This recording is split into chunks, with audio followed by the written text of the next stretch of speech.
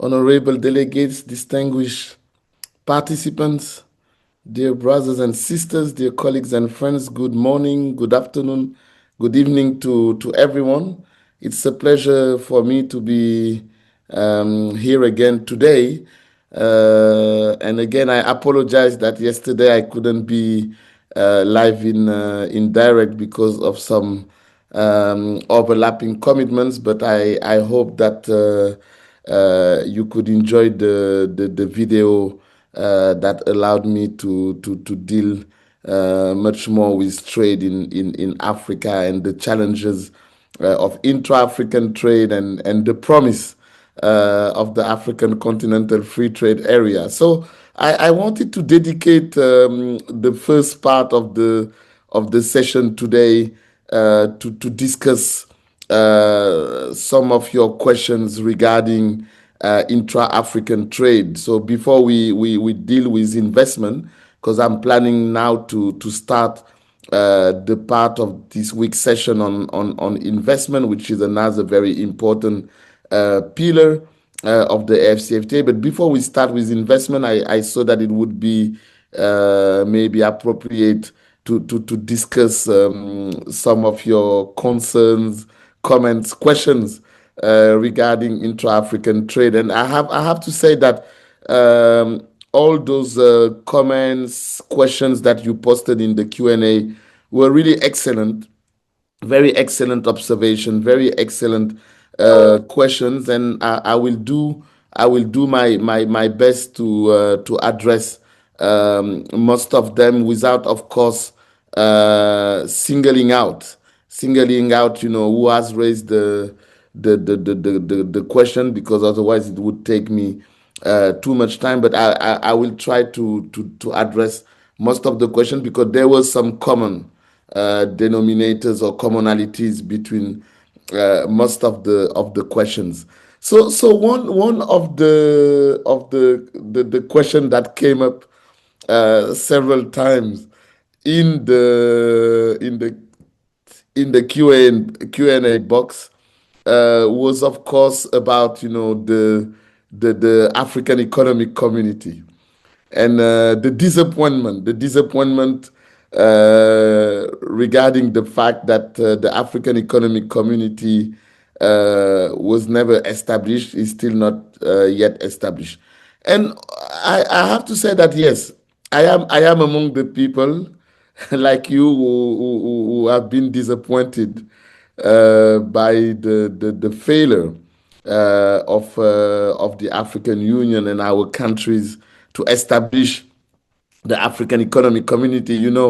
I tend to consider that I'm a child of the Abuja Treaty, because when the Abuja Treaty was concluded in 1991, I remember that it was approximately the almost the same time when I entered law school. So for us at that time, the Abuja Treaty was such a great dream for people from my generation who were entering law school and hearing about, that dream of the African Economic Community.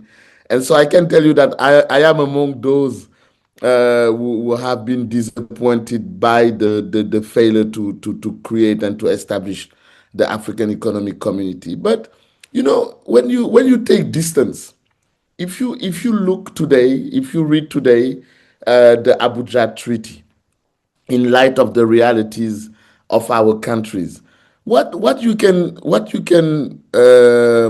say or deduce, at least from my personal point of view, is that maybe the Abuja Treaty was a bit too ahead of its time. It was a bit too ahead of its time. The early 1990s, African countries were already talking about creating a single African economic community based on a single African common market. I mean, that was a very pioneer dream. I would say even a very creative vision, but maybe it was a bit too early.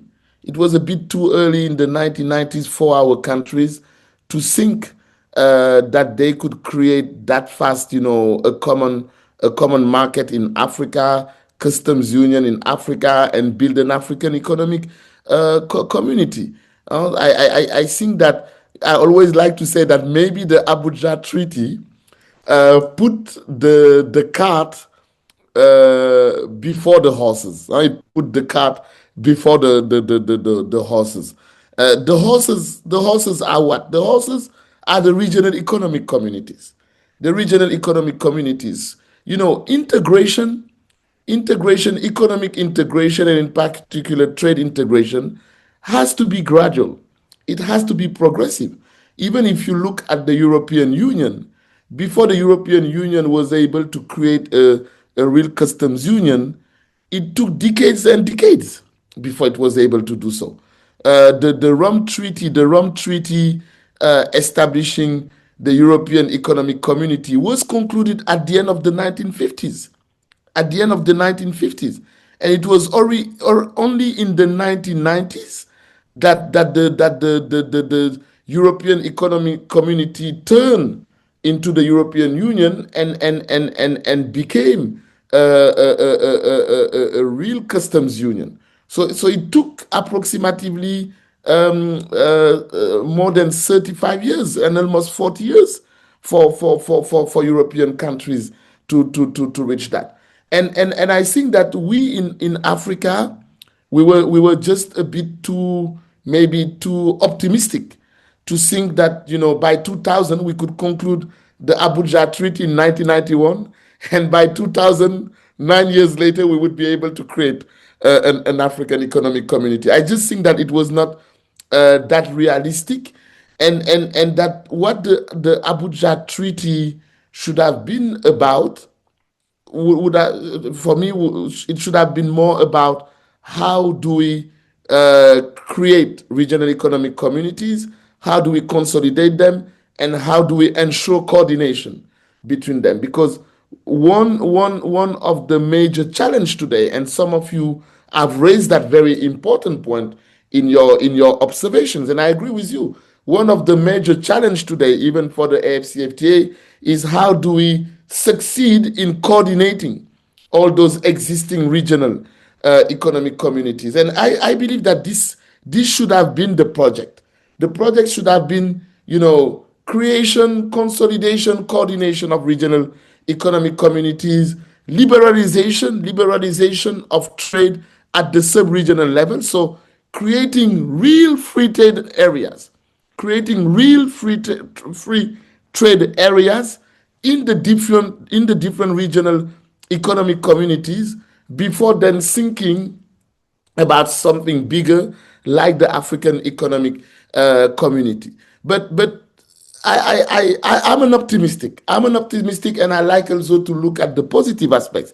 And that's why yesterday, during the session, if you paid attention, I try to share with you facts regarding intra-African trade, to show you that yes, there are some real weaknesses. There are some real, what I call, structural and systemic obstacles that are there. But at the same time, there has been some positive results. There have been some positive results. There have been some positive outcomes that our countries have achieved in at least, maybe not boosting, but at least triggering, initiating intra-African trade. And I think that any observer that wants to be objective in assessing what has been going on in Africa since the early 1990s in terms of trade integration, any observer needs to be nuanced in his or her assessment of what has happened. I don't think that the story is a story of failures. I don't think that the story is a story of failures, because even if you want to criticize the Abuja Treaty, and again, I agree with those of you who say, disappointment. I agree, yes. But even if you criticize the Abuja Treaty for not having been able to establish till today the African Economic Community, we need to admit that the Abuja Treaty has been a very important driving force, a very important driving force to actually trigger uh, economic integration in Africa. Because the regional economic communities, the RECs, as I told you, after the conclusion of the Abuja Treaty, what we witnessed was, consolidation of existing RECs or creation of new RECs.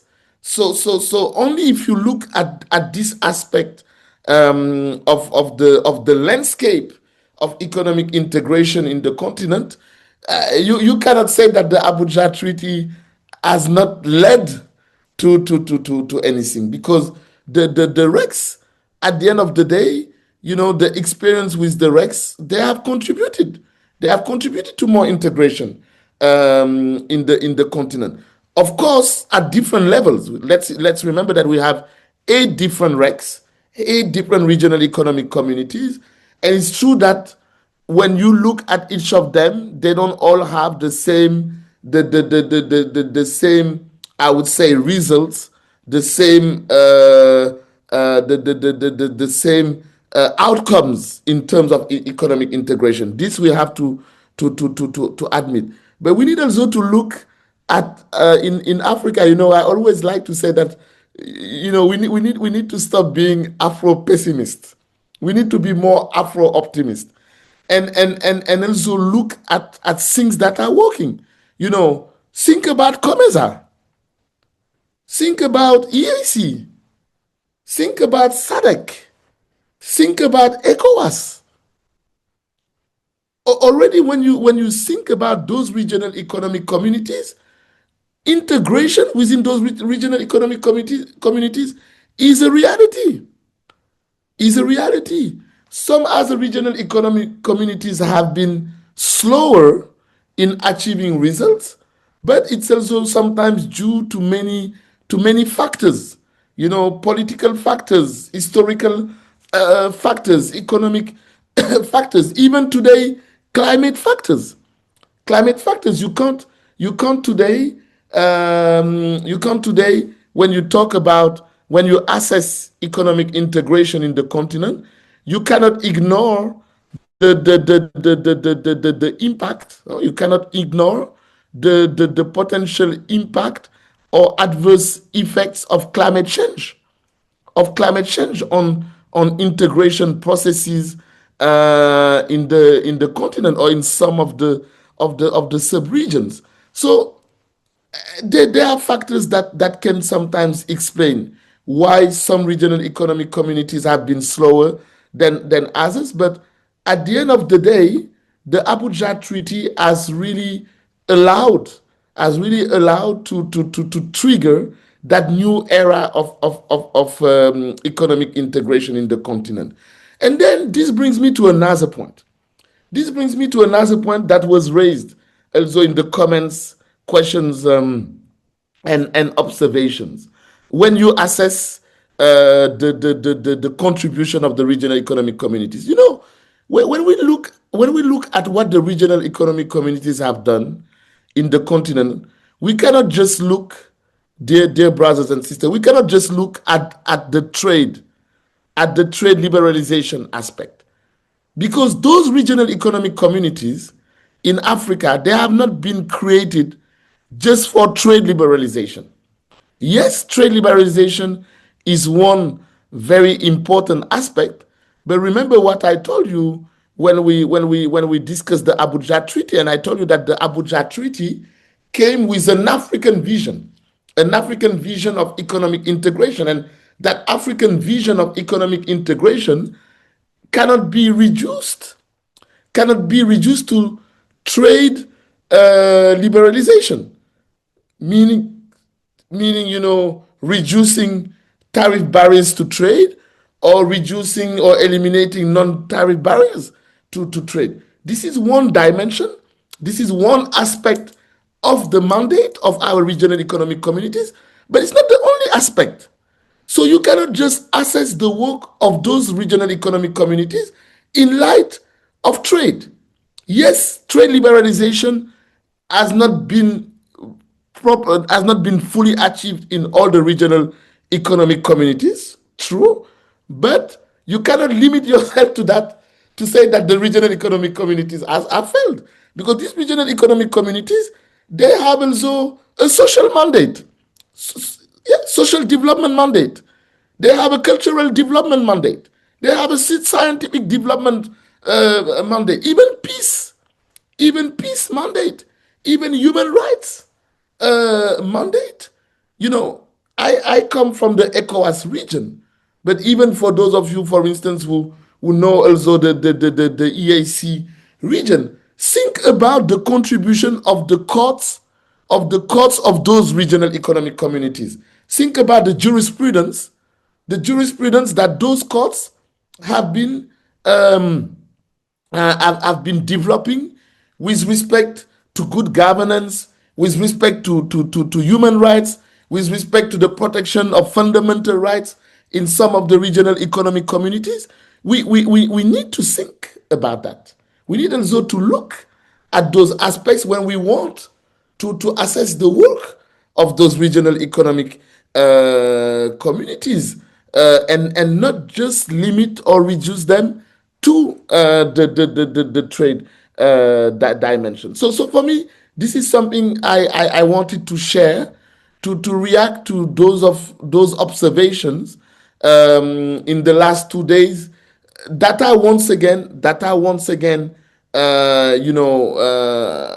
would I say that? Data once again justified observations, relevant observations, but I wanted to bring your attention on the fact that they have to be more nuanced, and we need to look at the broader mandate of those regional economic communities to really determine whether they have contributed positively or not to development in Africa in general, and to economic integration in Africa more particularly. And it is in that light, and this brings me to a second to a second wave of observation and comments that have been made, excellent comments that have been made in the Q&A regarding the AFCFTA. The AFCFTA, because of course, many of those who are kind of disappointed with the failed experience of the African Economic Community, and who are quite disappointed with the outcomes from regional economic communities. Many of those who are disappointed of that, of course, are very skeptical about AFCFTA. They are very skeptical about AFCFTA. And many of you ask me, yeah, but AFCFTA, so what? What is AFCFTA going to do that the regional economic communities were not able to do?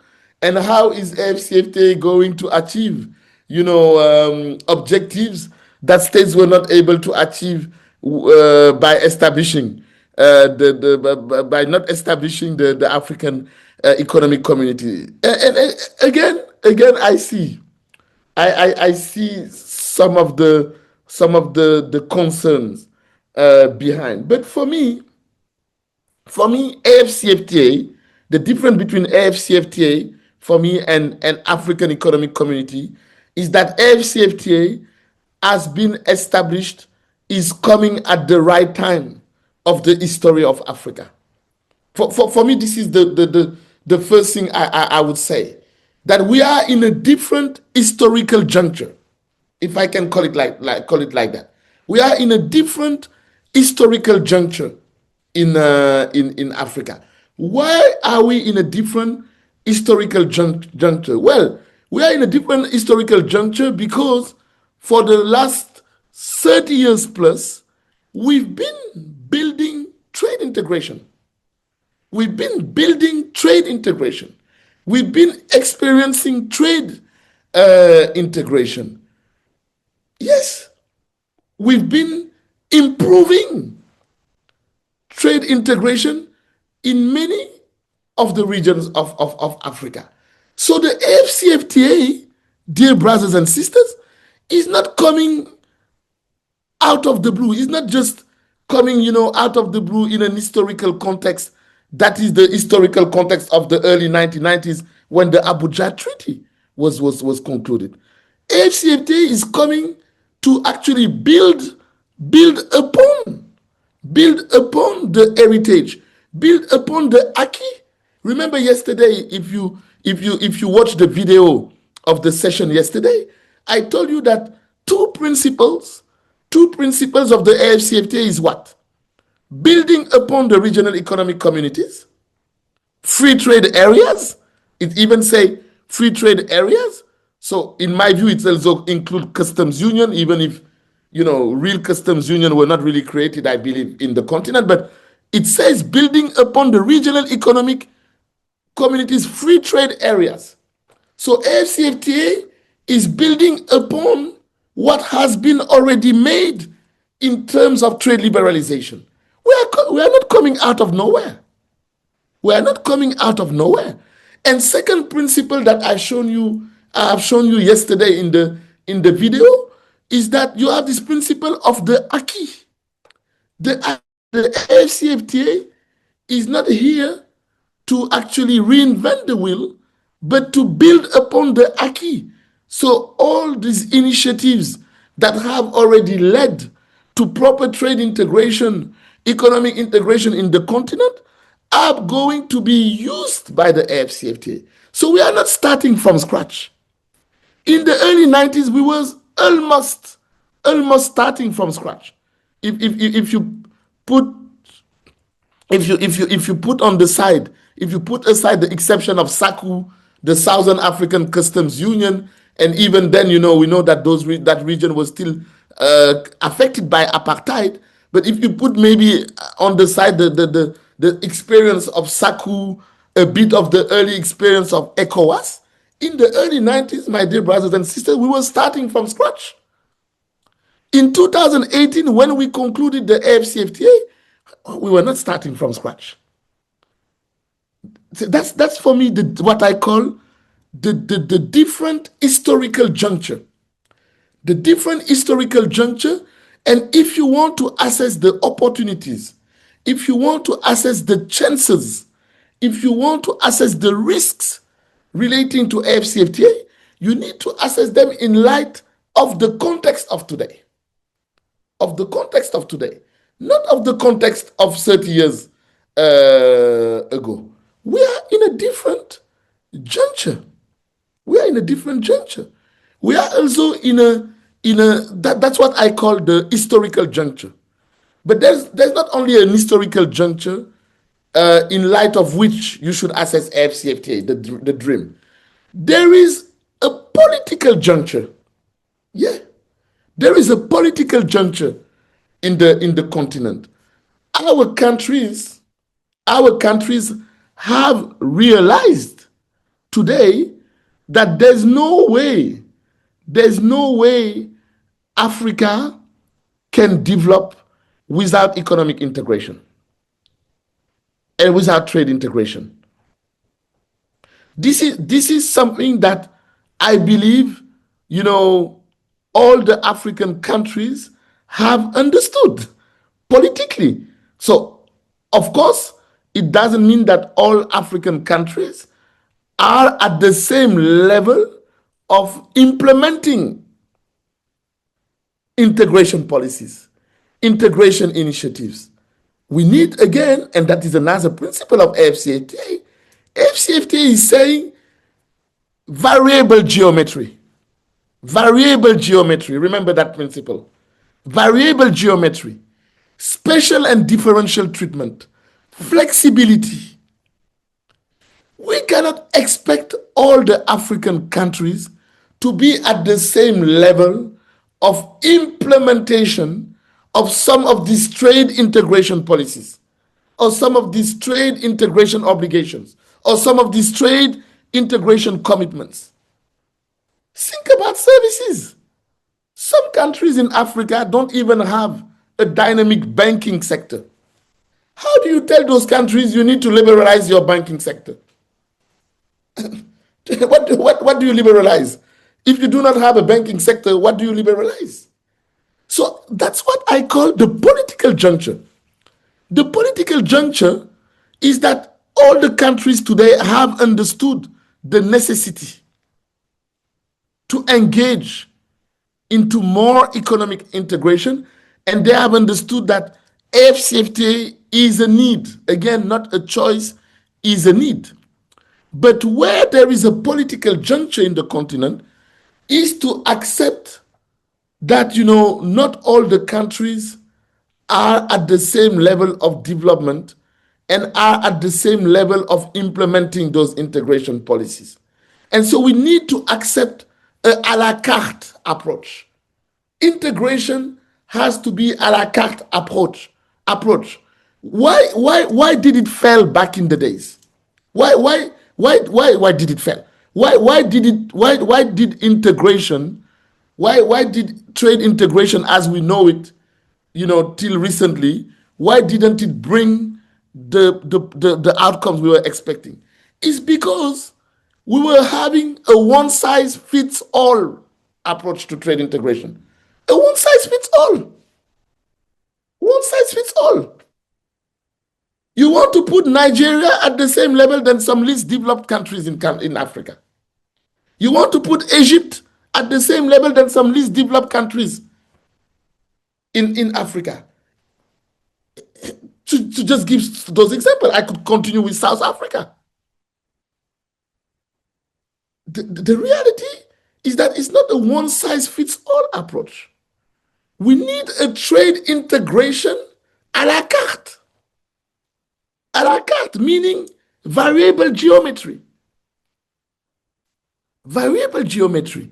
And if we do that, we can then encourage better the countries to have the political will to implement. Countries, any of the people here who are in the session today who knows governments, anyone who knows governments cannot have the will to implement what they cannot implement. If you know government, a government cannot have the will to implement what it cannot implement.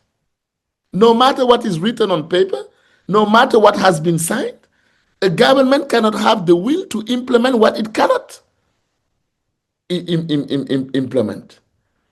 And this is the reason why I believe that today with AFCFTA, we are again in a different context. The Abuja Treaty was very much one size fits all. One size fits all. Okay, all of us, let's go and create the common market, and very quickly we'll create a customs union. No. AFCFTA is based on this idea of variable geometry, flexibility, special and differential treatment. If we have that a la carte approach, we can have a more realistic pace, the rhythm, a more realistic rhythm, a more realistic pace for trade integration in the continent. So for me, this is what I call the political juncture. So there is an historical juncture, there is a political juncture, and then what else we have as a juncture? There is an international juncture. There is an international juncture. And I was very happy to see that in the Q&A, some of you were actually defending the idea that AFCFTA is a good momentum to create a new powerful African bloc in the context of international trade relations. I was very happy to see that. That's what I call the international juncture. What do I mean by the international juncture? When Abuja Treaty was concluded,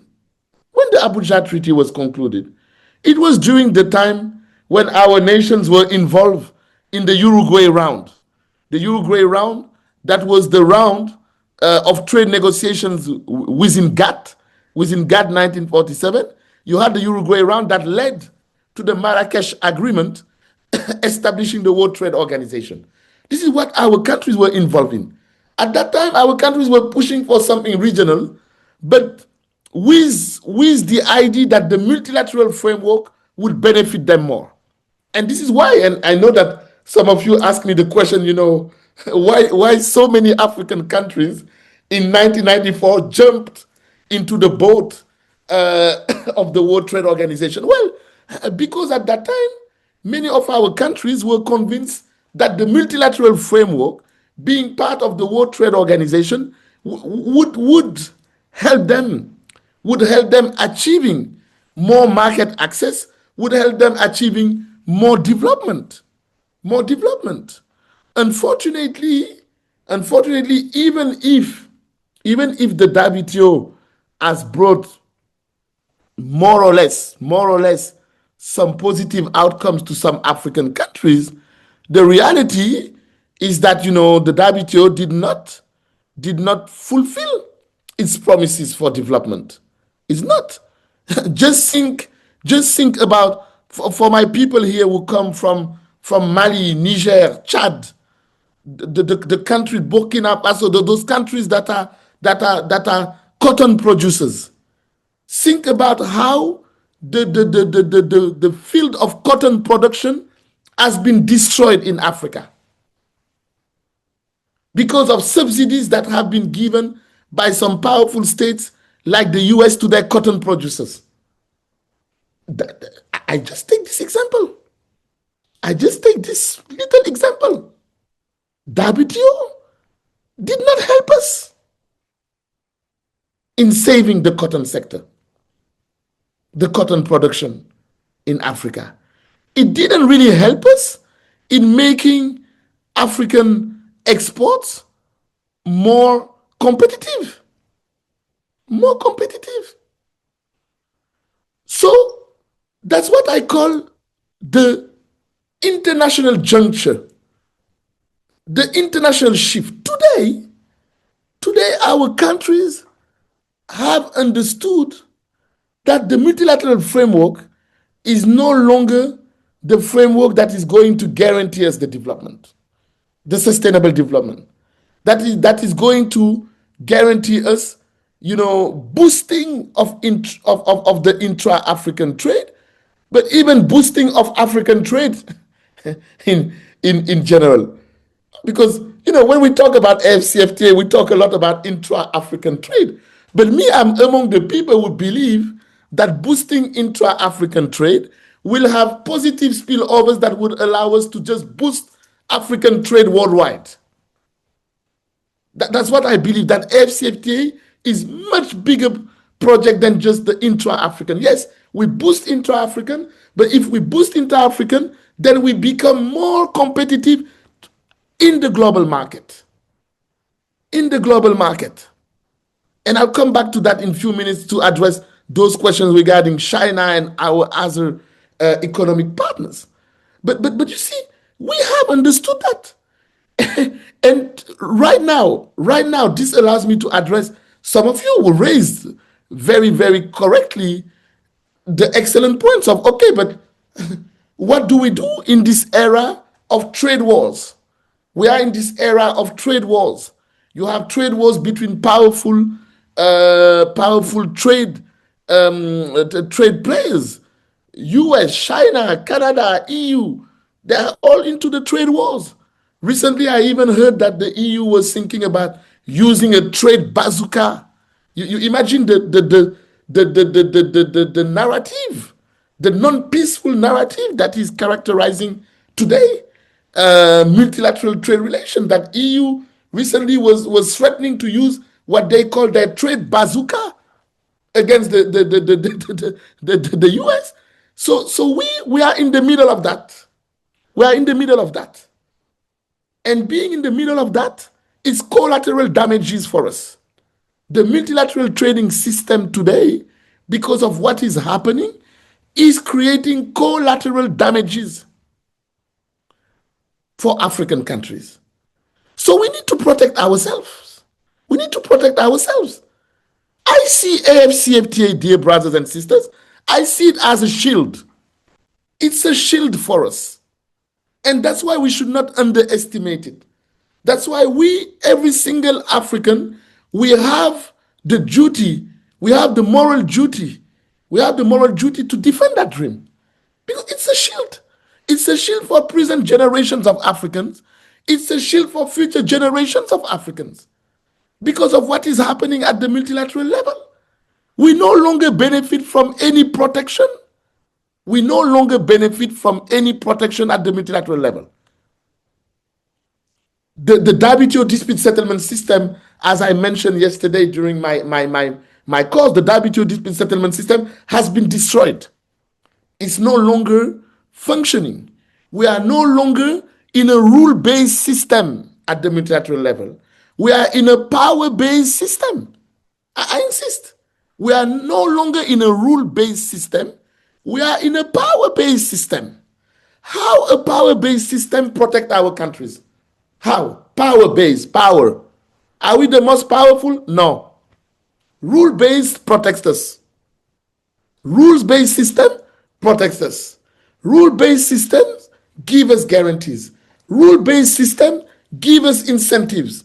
Power-based system doesn't work for us.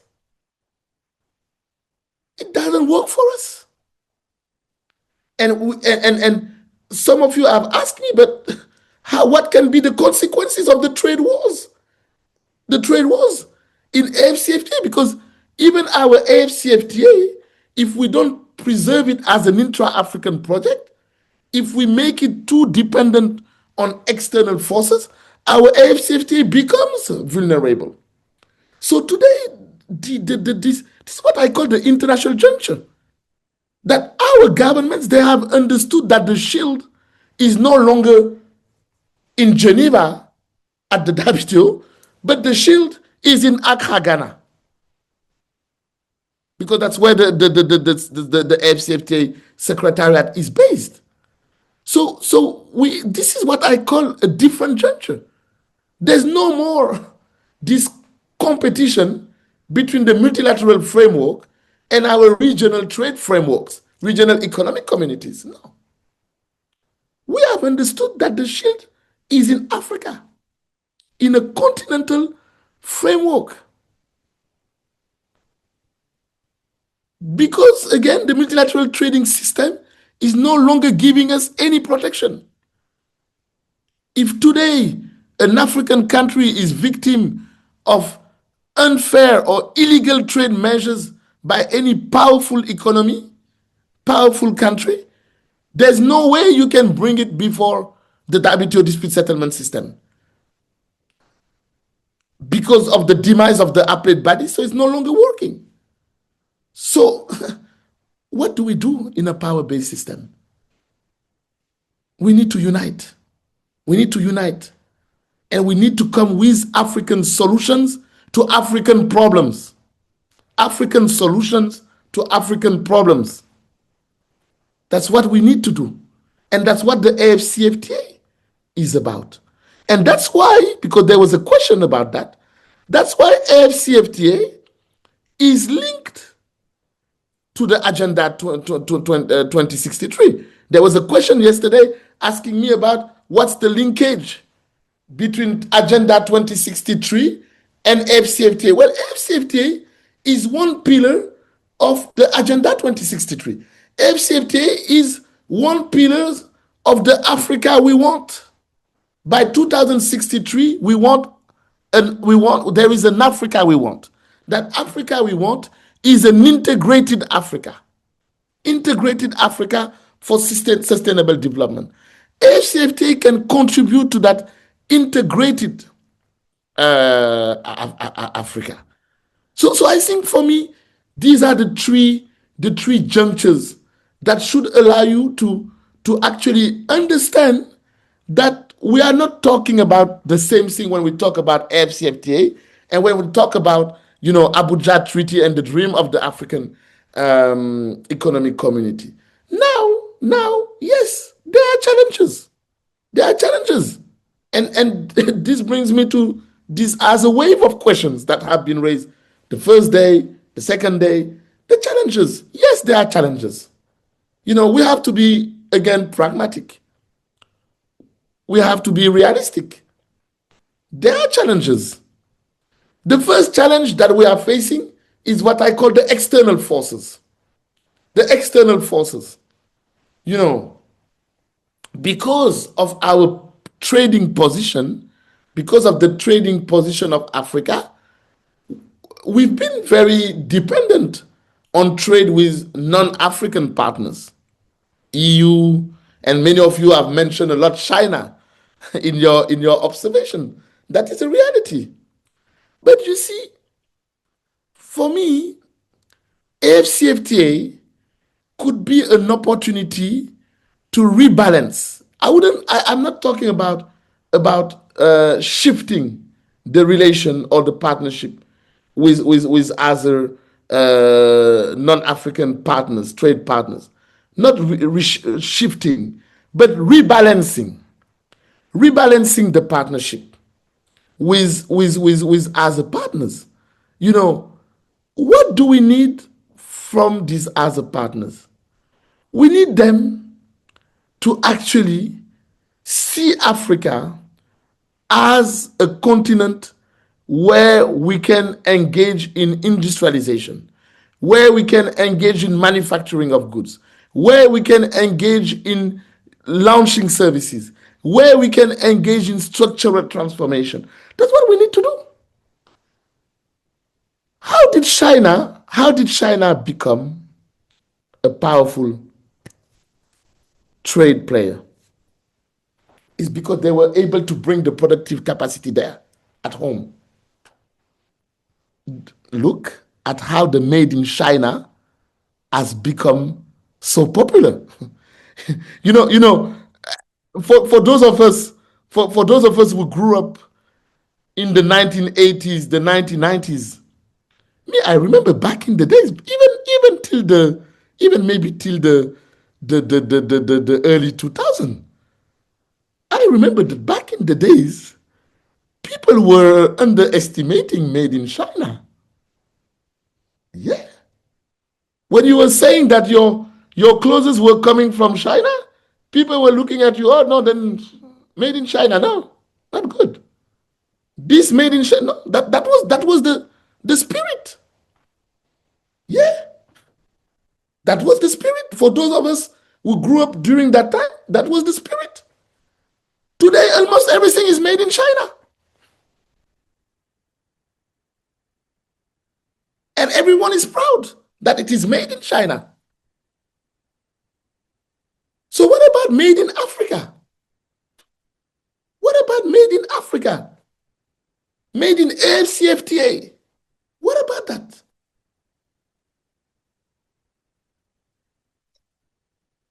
It's possible if our countries become become real grounds for productive capacity.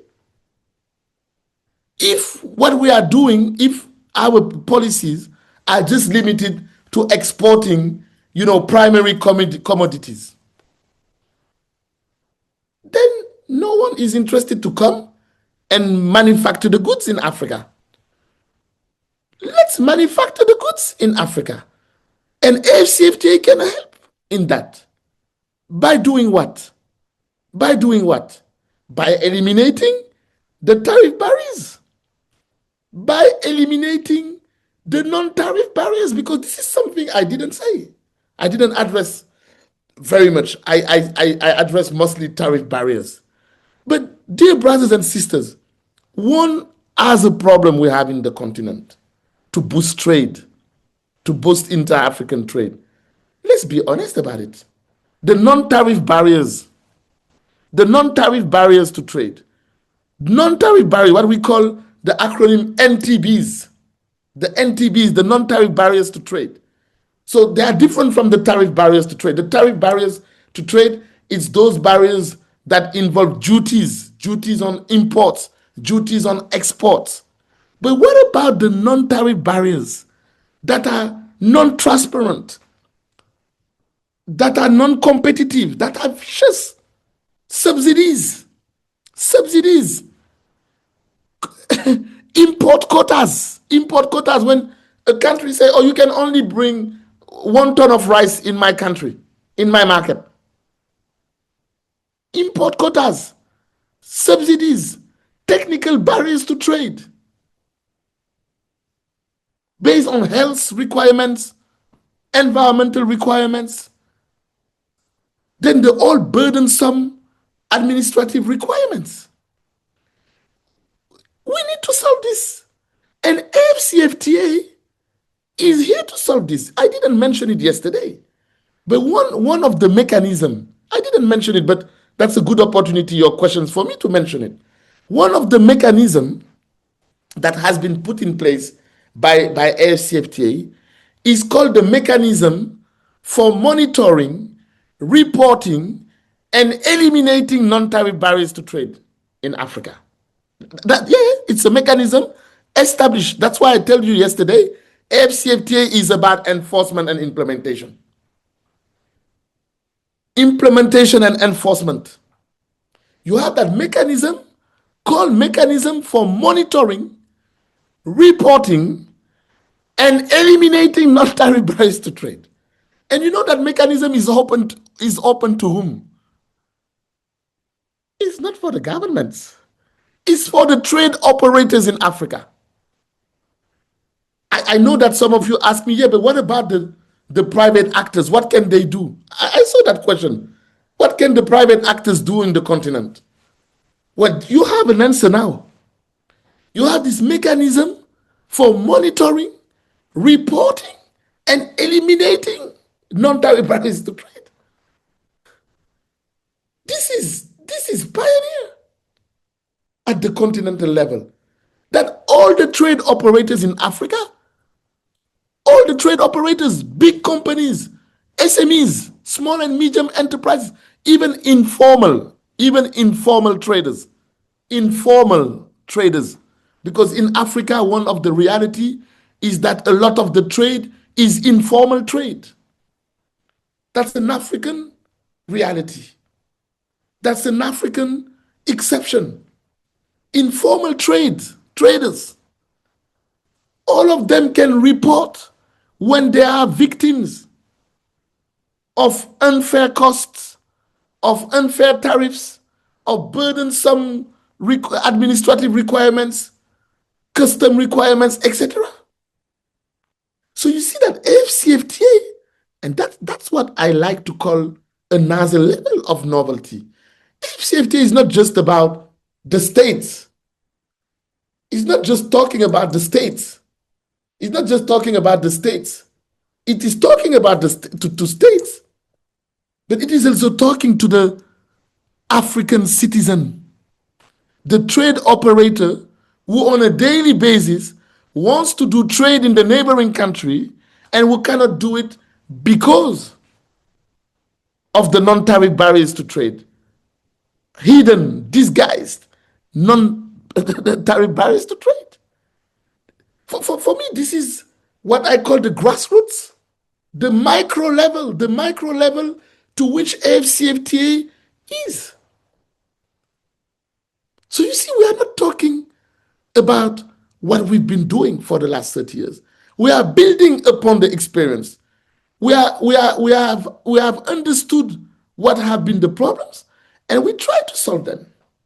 I'm not saying that the problems will be solved tomorrow. Again, let's be realistic. But some of you have asked me, but how do we fight against those costs and so on? I gave you the answer. The monitoring, the mechanism. The mechanism is there. But for me, my dear brothers and sisters, dear colleagues and friends, for me, where we need to really put a lot of emphasis, a lot of efforts, and this is what we are doing now since the beginning of this week. And I thank again very much Virginia and Candice and all their team for this.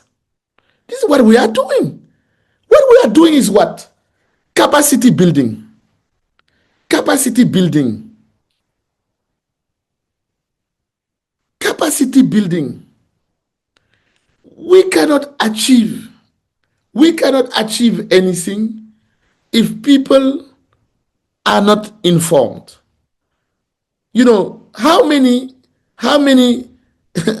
How many of you can tell me that in their countries, in your respective countries, that the trade operators are informed about AFCFTA and they know what AFCFTA is about? I mean, we don't have direct interaction, direct microphone, but just think, each of you, from the perspective of your country, who can really assess that in your respective countries, the trade operators, they know what is AFCFTA and they know what AFCFTA is about and how they could use AFCFTA. That, that's the thing. Integration is not just law. It's not just policies. It's also a culture, a mindset, a mindset. For people to engage into trade integration, they need the capacity building. They need the technical assistance. So what does it mean? We need today in Africa to train a new generation of policy makers who are AFCFTA policy makers. Yeah, otherwise those who will be doing the policy making in 20 years, they will not understand what it is to make policy compatible to AFCFTA. That's the reality. You can have the most beautiful text. You can have the most beautiful institutions. If you don't have the people, if you don't have the people, if you don't have the human resources that can implement the vision, then the vision will never be implemented. So this is what we need to do. You know, I'm provoking you. I'm asking you, how many of you can tell me that the trade operators in your country know? How many of you in law schools have learned about AFCFTA? How many have learned about AFCFTA? About what it means for a lawyer, what it means for an economist, what it means for a sociologist. That's where we have the challenge. The trade integration education. It cannot just work like this. You need humans. Institutions are human-centered. So you need the human beings to implement the vision of the institutions. You need that. So for me, it's very important that it's not just about productive capacity. It's also about capacity building in the continent. More capacity building. And if we have more capacity building, we will have more and more a generation of people who would emancipate themselves. Emancipation is important. Economic emancipation, trade emancipation. We would emancipate ourselves from thinking that we need external forces to develop trade in the continent. Yeah. We would emancipate ourselves and we would understand that we can do it as Africans, that we don't need external forces systematically to tell us how to do it, to show us how to do it, to guide us in how to do it. That's what I call African solutions to African problems. And that's what the AFCFTA is about. I want to believe that the dream is real, the dream is true, and we can make it. This is what I wanted to say in relation to all the questions and observations that have been raised. Again, thank you so much for all those excellent points that you raised, because it allowed to have this discussion. And we should have this type of very frank discussions, because at the end of the day, every single African, what do we want? We want to achieve development. We want to achieve Pan-African economic integration, because we are all Pan-Africanists. That's what we want. And so it's good also to have this discussion, because they really allow to exchange and to benefit from different experiences on what's going on in the continent. So again, thank you so much. So now, what I wanted to do is to start a new part of this session this week on investment. We've been talking a lot about trade, but another very important feature of the AFCFTA is investment. You know, without investment, in Africa, we cannot achieve the sustainable development goals. You know, this is a fact of life.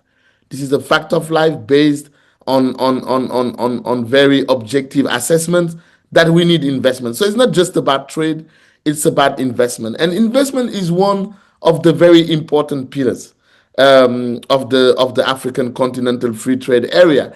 You know, I didn't say it, but the building of the African free trade area is supposed to be based on different phases. So phase one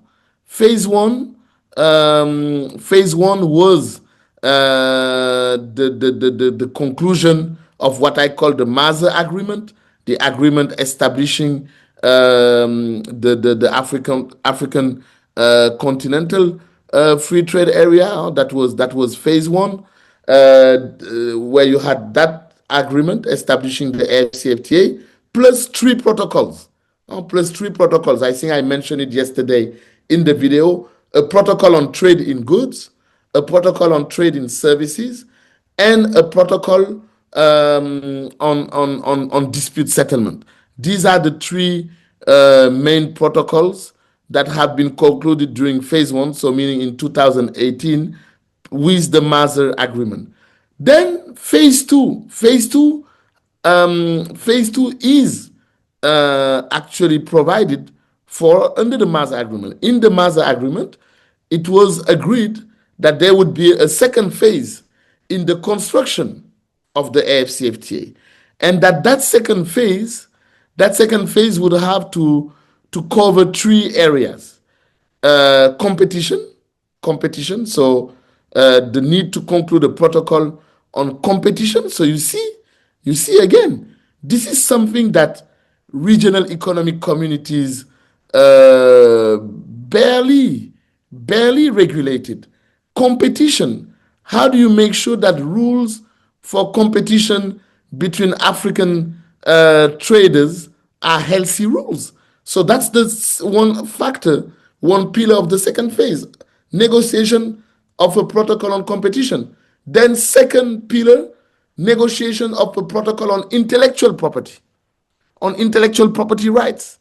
You know, how do we protect intellectual property rights in the continent, but how do we make sure that intellectual property rights do not impede the developmental potential of our countries? That was the second pillar of the second phase: conclusion of a protocol on intellectual property rights. And then third pillar that has been provided for under the Mazer Agreement establishing the AFCFTA is the investment pillar. Fundamental. Negotiating a protocol on investment. Negotiating a protocol on investment within the AFCFTA. So basically, negotiating the first ever continental legal framework governing investment, intra-African investment. These was the three pillars. And our countries by February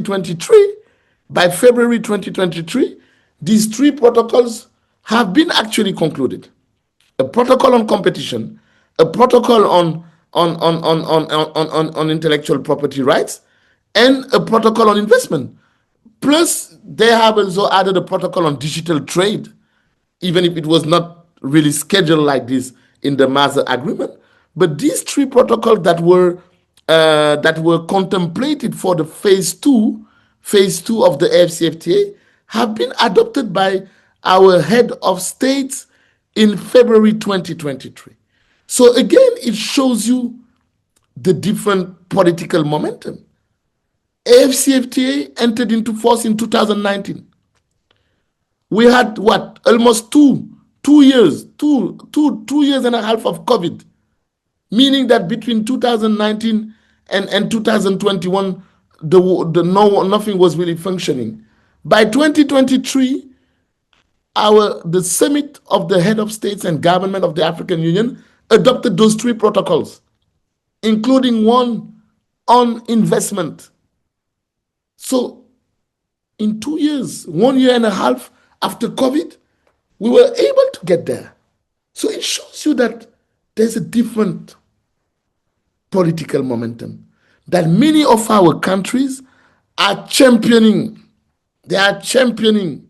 They are champions of AFCFTA. And so what I want to focus on during the next 2 days, because now we are going maybe to do another half an hour, and we will stop and we will continue. What I would like to do now during the remaining 2 days is to tell you about investment and how AFCFTA is a tool to make Africa a destination for investment. How AFCFTA is also a tool to rethink our investment policies, to rethink our investment policies in Africa, because that's what we need. You know, I was saying, I think it was during the first day or yesterday, I don't remember. I was saying that we are maybe the richest continent. But then guess what? Africa till today is not attracting more than 4 to 5% of the global flows of foreign direct investment. 4 to 5% of the global flows of FDI, of foreign direct investment. How can we be rich and then we don't benefit from investments? How? How can we have all those natural resources and we don't benefit from investments? It's because we failed in our investment policies. So FCFT is here to help African countries to rethink the investment policies, to make once again Africa an investment destination. So allow me first to start today. Allow me first, and I bring the PowerPoint. Here you go. Allow me first to bring you back to what I call the traditional landscape. Because to understand why do we have AFCFTA, to understand what the investment protocol to the AFCFTA is trying to do, you need to come back to what has been the problems in Africa and what I call the traditional landscape of international investment law in Africa. What is the traditional landscape of international investment law? Let me first, in the outline, to tell you about the roots of the investment regime. Where is international investment law coming from? Then a focus on the bilateralization of the investment regime in Africa. Then the expansion of that investment regime in Africa from bilateral to other legal instruments. Then the common features of the investment agreements in Africa. And then last but not least, that is what will bring us closer to AFCFTA. Why is there a need to reform? That's what I call where Africa joins the global. Why is there a need to reform the investment regime in Africa where Africa joins the global? Let me start with the roots of the investment regime. There is a very strong consensus, and some of you, I'm sure, are very familiar with that. There is a strong consensus to consider that international investment law, so what we call international investment law, that field of international law that is dedicated to the treatment and protection of foreign investment, there is a strong consensus to consider that international investment law was born in 1778. 1778. So at the end of the 18th century, when France and the US concluded the very first treaty of amity and commerce. This is the strong consensus that this is when you can trace back what we call today international investment law, even if at that time no one was using the word investment. The word investment became a term of modern economics after 1945, after the Second World War. But even if the term investment was not used, it was considered that this treaty between France and the US of 1778 was the starting point of international investment law. Why? Because the reason why there is a consensus to say that this is the starting point is because in this treaty between France and the US of 1778, you could find provisions through which France and the US took the commitment that they would protect foreign property based on their territory, foreign assets based on their territory. Yeah. So the French government, via this treaty, took the commitment that it would protect US assets based on its territory, US property based on the French territory, and the US government took the commitment that it would protect French property, French assets based in the United States of America, so in the US territory. And so this is the reason why there is a consensus to consider that this is the beginning of international investment law, because for those of you who know what international investment law is about, you know that the whole raison d'être, the whole reason of being of international investment law is what? Is to protect foreign property based on the territory of a state. That's the ultimate objective, the ultimate purpose of international investment law is to protect the foreign property of a state based, the foreign property based on the territory of a state. So this is the reason why there is a consensus to say that this is the starting point. The question you need to ask yourself is why? Why did France and the US at the end of the 18th century, why did these two countries consider that there was a need to incorporate those provisions to protect foreign private property based on their territory? Well, the reason why was customary international law. Customary international law. At that time, both France and the US were convinced that this was a requirement under customary international law. For those of you who are not familiar with the language of international law, customary international law means those rules that are accepted in the practice of states. You know, not all rules in the international legal system, not all rules are simply written rules, treaty rules. You have rules that are rules that derive from what we call the practice of states, the behavior of states. Think, for instance, about diplomatic immunity, the fact that you cannot violate you cannot violate a diplomatic mission based on the territory of a state. You cannot penetrate into a diplomatic premises without authorization from the concerned state. So that rule of inviolability of diplomatic missions is a rule of customary international law. It has been there for centuries. It was never written in a treaty. It was the state practice, the behavior of state, the conduct of states, considering that you can never violate the premises of a diplomatic mission. That's what we call customary law.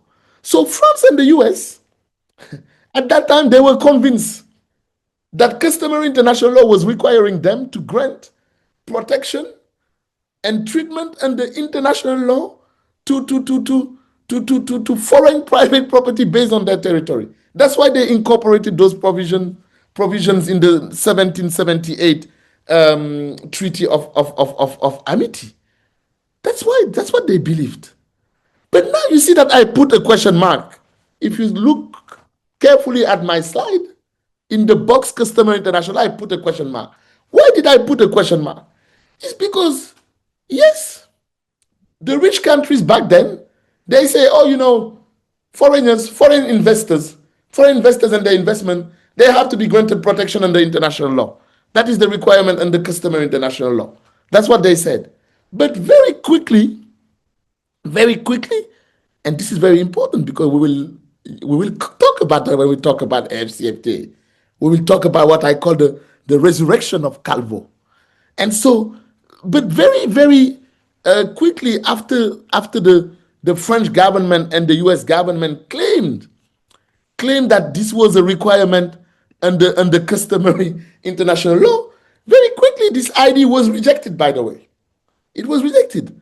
And to be more precise, in the mid 19th century, so almost 50 years after France and the US concluded their Treaty of Amity and Commerce, and that they claimed that customary international law was requiring states to grant protection and treatment to foreign investment under international law.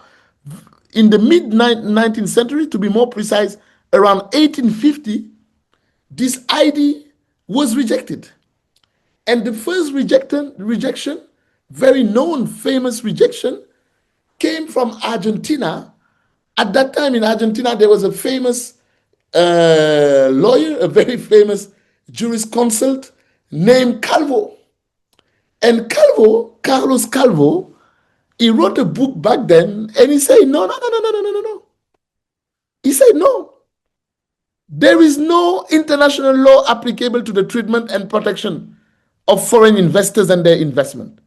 So Calvo rejected the idea that, that the investment regime should be internationalized. His vision was that it's all regulated by domestic law. If you are a foreign investor, you come to a country, well, like the domestic investors, like the local investors, you are regulated by domestic law. If the domestic law is favorable, life is good. If it's not favorable, bad for you. That was the vision of Calvo. That's what we call the Calvo doctrine. That's what we call the Calvo doctrine.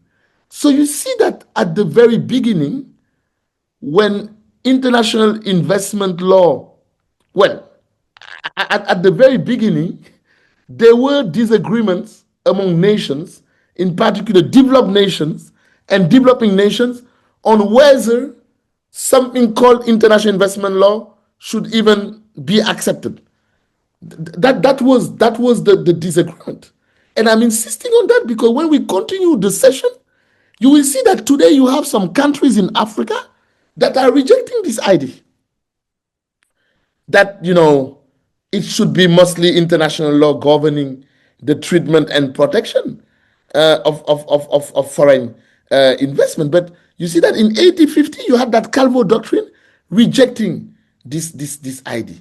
So this is what we witness, I would say, this is what we witness between 1778, so the end of the 18th century, till the end of the first half of the 20th century, so till the end of the Second World War. What we witnessed was a battle on whether international law should be applicable or not to the treatment and protection of foreign investment. That was what the battle was about between developing countries and developed countries. Of course, at that time, our countries were not independent, so we were not really part of the battle. The battle came mostly from, Latin American countries, but that was what the battle was about. Starting from the second half of the 20th century, so after 1945, developing countries did not necessarily reject or contest the idea that international law can be applicable to the treatment and protection of foreign investment. No, they didn't. Actually, what we witnessed after 1945, and in particular, what we witnessed after 1945 is what I would call the bilateralization of the investment regime. The bilateralization of the investment regime. And Africa became one of the major leaders of the bilateralization of the investment regime. What do I mean by the bilateralization of the investment regime. Conclusion of bilateral investment treaties. Conclusion of bilateral investment treaties, what we call BITs in plural, BIT with a little s, and singular, a bilateral investment treaty. I said, after 1945, the critical moment was 1959. 1959, conclusion of the very first BIT ever, the very first bilateral investment treaty ever. BIT concluded between Germany and Pakistan. That was the first BIT ever. Well, guess what? After this critical moment where Germany concluded the very first BIT ever, most of the BITs that have been concluded afterwards, BIT number 2, BIT number 3, BIT number 4, BIT number 5, BIT number 6, and I could go ahead, were concluded with African countries.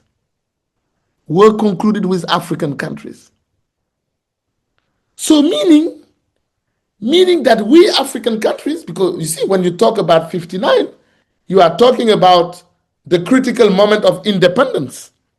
You are talking about the critical moment of independence of our nations. Many of our countries, when we acceded to independence, we started to negotiate bilateral investment treaties with capital exporting countries. That's what I call the bilateralization of the investment regime in Africa. This is how Africa started its interaction with the international investment law. That's how we started our interaction with the investment regime. The investment regime is another way to call international investment law. That's how we started our interaction with the exponential conclusion of bilateral investment treaties by African countries in the 60s, 1960s, and 1970s.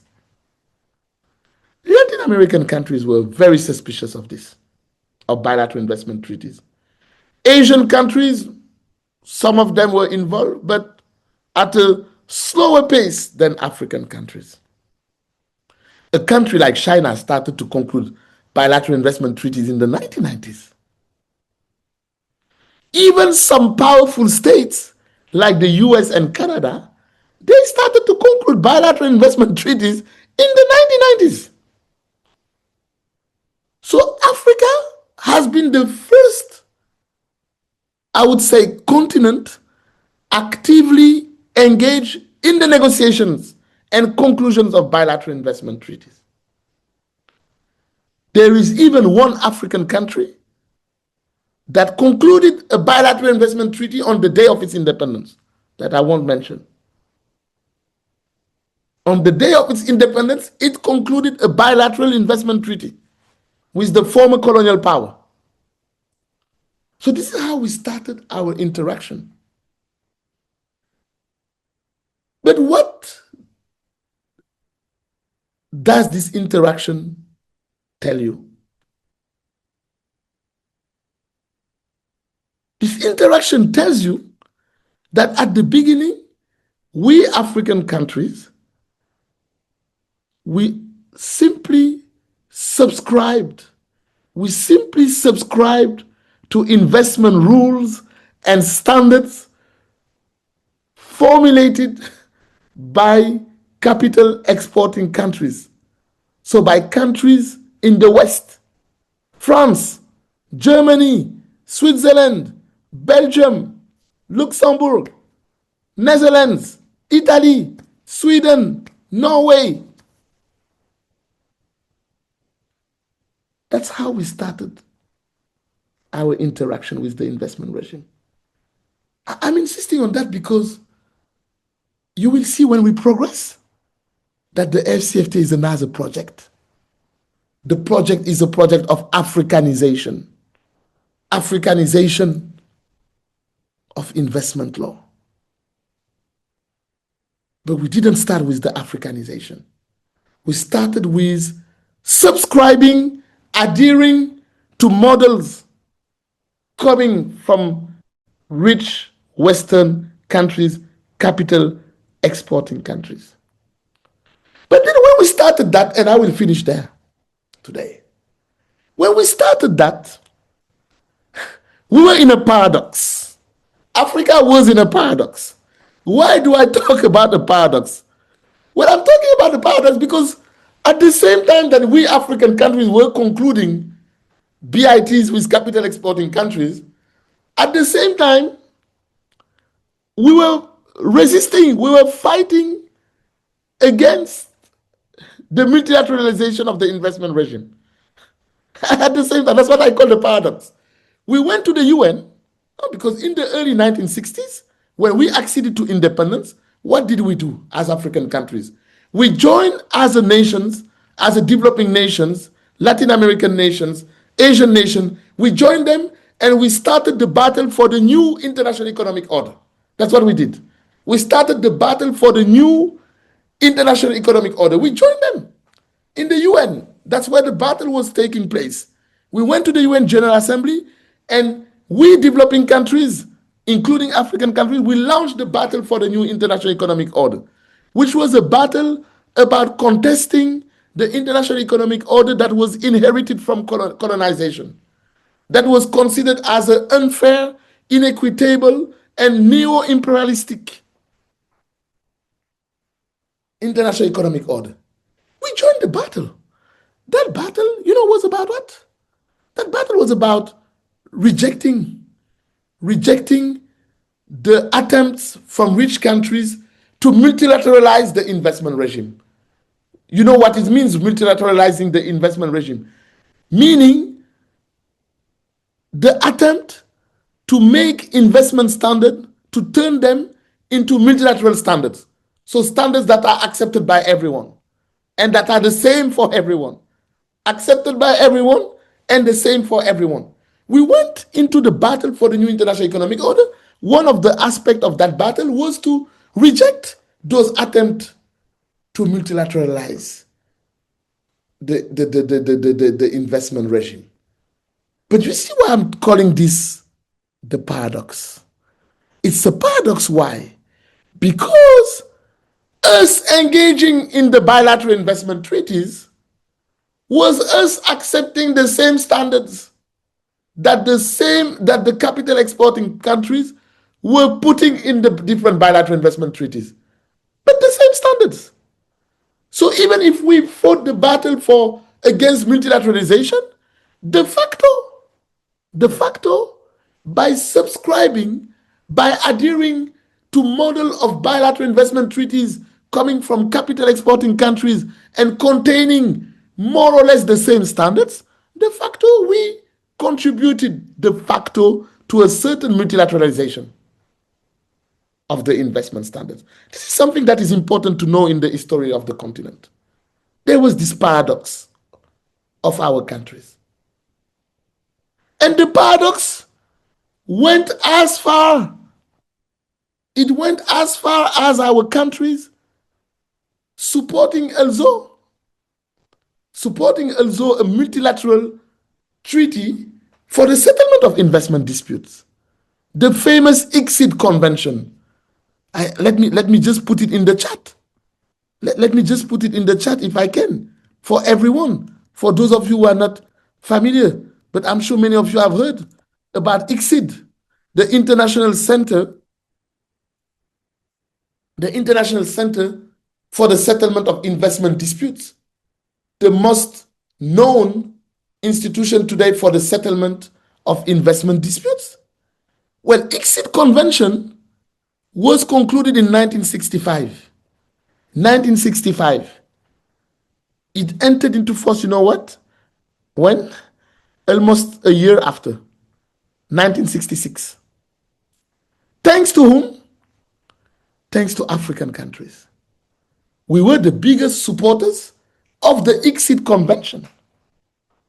We were the biggest supporters of the ICSID Convention, despite the fact that we were in the battle for the new international economic order, where we were contesting that, investment disputes should be settled via international arbitration.